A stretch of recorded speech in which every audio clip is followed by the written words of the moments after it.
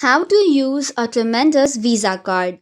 Hey guys, welcome back to the channel. Today, let's talk about how to use the tremendous Visa card and where it can be accepted.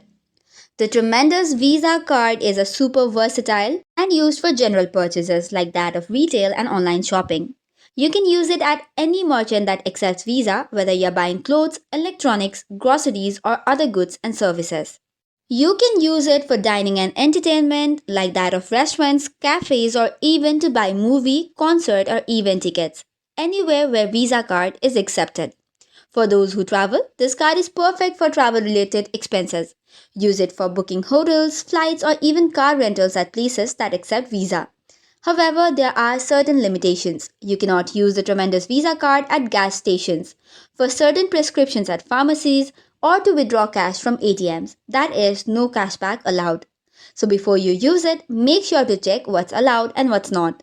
So this is all for today's video. If you found it helpful, be sure to like and subscribe for more tutorials. See you next time. Thanks for watching.